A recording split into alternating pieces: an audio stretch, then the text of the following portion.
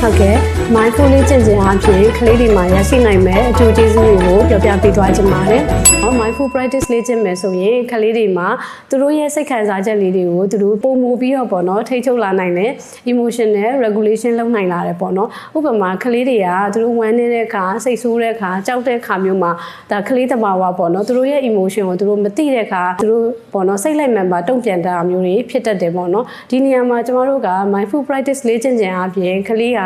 သူကြောက်တဲ့အခါသူစိတ်ဆိုးတဲ့အခါမှာသူစိတ်တူတယ်ဆိုတာကိုသူ့ရဲ့ emotion သူ aware ဖြစ်လာမယ်ဖြစ်လာပြီးတဲ့အခါမှာသူ့ရဲ့ emotion ကိုဘယ်လိုမျိုး regulate လုပ်ရမလဲပေါ့နော်ဒါကိုသူကောင်းစွာသိနာလဲပြီးတော့ထိန်းနိုင်လာတဲ့အတွက် emotional regulation ဘိုင်းကိုလည်းကောင်းစွာထိရောက်စေတယ်ပေါ့နော်စိတ်ခံစားမှုကိုလည်းပုံမိုးပြီးတော့ထိချုပ်လာနိုင်ပါတယ်နောက်တစ်ချက်အနေနဲ့ကတော့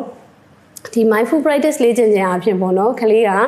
ဒီပေါ့နော်ပြောရမယ်ဆိုရင် improve focus and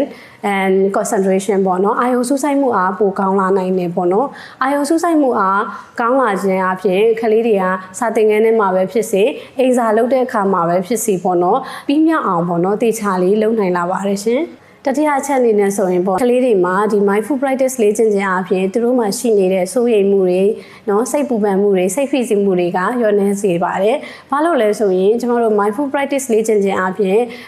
stress hormone တွေပေါ့နော်လျှော့ချပေးနိုင်တဲ့အတွက်ကြောင့်မလို့ကလေးတွေရဲ့ဒါစိတ်ဖိစီးမှုလျော့နည်းပြီးတဲ့အခါမှာကျမပို့ပြီးတော့ကျမပျော်ရွှင်လာနိုင်ပါတယ်။နောက်ဆုံးတစ်ချက်အနေနဲ့ပေါ့နော်ကလေးတွေကသူတို့ရဲ့ emotion ကို aware ဖြစ်တယ်လို့တခြားသူတွေရဲ့ပေါ့နော်စိတ်ခံစားချက်လေးတွေကိုလည်းသူတို့ကအတိနားလည်ပေးတဲ့အတွက်ကြောင့်လို့သူတို့ရဲ့စိတ်ထဲမှာတစ်ဖက်လူရဲ့ပေါ့နော်နေရာကနေပြီးတော့ကြည်တက်လာတယ်ကိုချင်းစာတက်လာတယ်ပေါ့နော်နောက်ပြီးတော့ကျန်နာတက်လာတယ်စသဖြင့်ဒီလိုမျိုးအကျိုးကျေးဇူးလေးတွေရရှိနိုင်ပါတယ်